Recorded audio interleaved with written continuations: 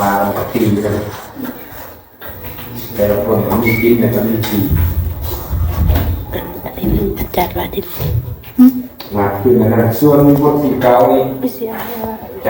ภาคที่ยกภาพยก คนนี้อยู่ เดี๋ยวเอาคนเต็มพวกที่เก่า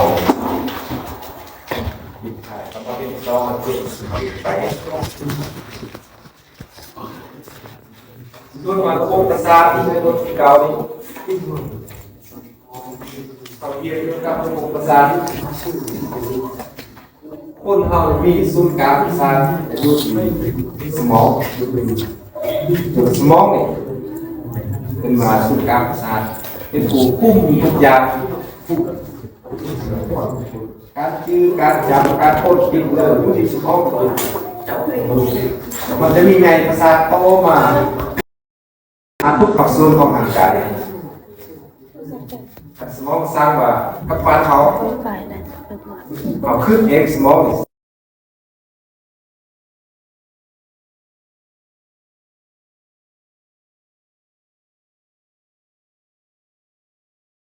สมองก็เห็นเห็นคุมในเม็ดทุกอย่างคนเราจะรีจะสัวพฤติกรรมแสดงออกต่างๆขึ้นกับสมองหมดสิ่งสำคัญเสียแล้ว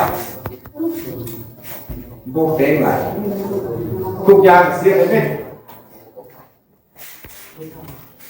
คือคนเราว่าคนปฏิเหตุแกนพูดคาแต่สมองยังดีเดี๋ยวยังเป็นคนไหนเป็นคนดีไหนแต่สมองนี่เขามีคุณภาพเสื่อมหนึ่งแล้วคนเรา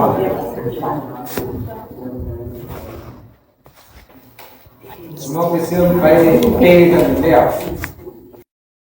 คนเบอร์คนจ้าคนเบอร์คนเสียเซนก็เป็นตึงสมองคนเสียเซนกับสมองเสียกินเมื่อกินกะทิเยอะดีสมองแกโซ่เยอะเกย์ขึ้นสมองฟุ้งเม็ดสำคัญเป็นที่นี่ระบบกระดูกห่อเอาไว้ให้แกนสุด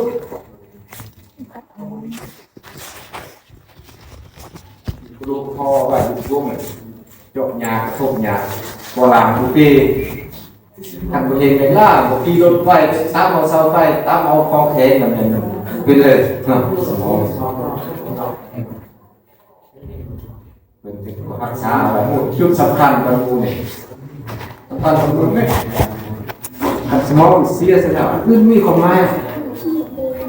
มีเรื่องมีความหมายผู้นำเสนอผู้เห็นเพื่อเป็นคนไหน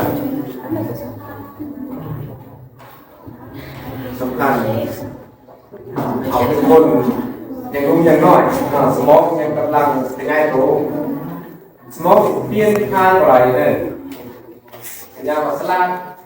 คือทางใครสอน